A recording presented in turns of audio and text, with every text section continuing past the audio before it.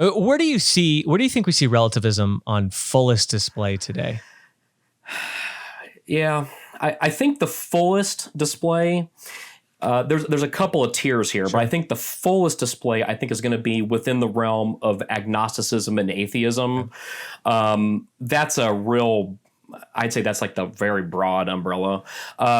I don't mean to pick on this group at all, but secondarily, I think that there is a good amount of relativism hanging around in Protestant circles, non-Catholic circles, because really, what is the seed of the non-Catholic Church in the first place? They left because, oh well, I don't believe in that truth.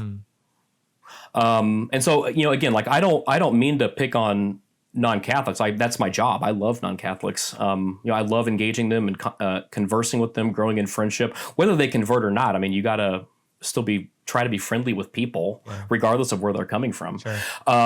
But then, finally, I would say where we see this in a major way is just within Christianity in general. There's this huge push where those who believe that all of the religions are equal, even in Christianity, they'll say, well, you're Hindu, that's fine. And I don't mean to pick on Hindu or Islam or whatever. That's great that you're Muslim.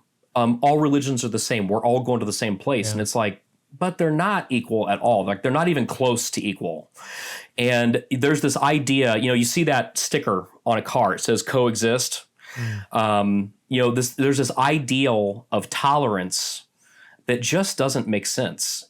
Should we be tolerant? Yes, absolutely. We need to be tolerant, but not at the expense of the truth.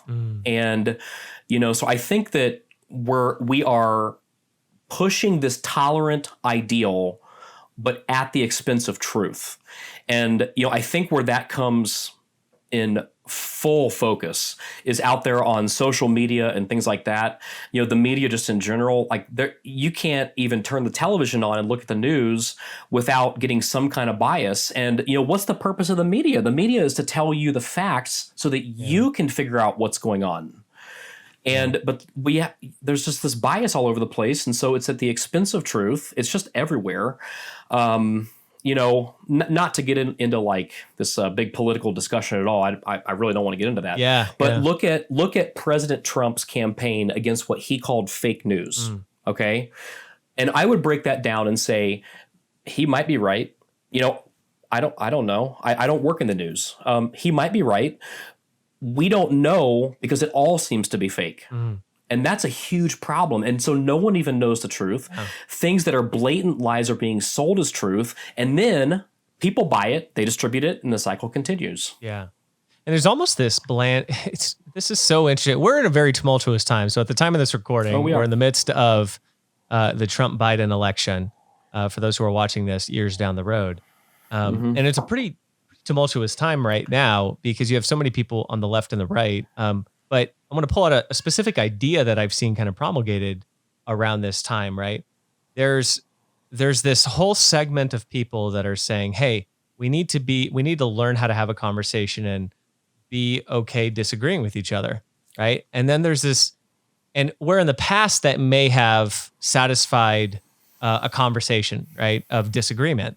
But it seems now almost there's a denial of that. Like you're not even allowed to do that. You're not even allowed to disagree charitably because people have this idea that somebody's rights are being impinged on, right? Or their idea of rights. And I know we'll get into the conversation of rights at a different time, but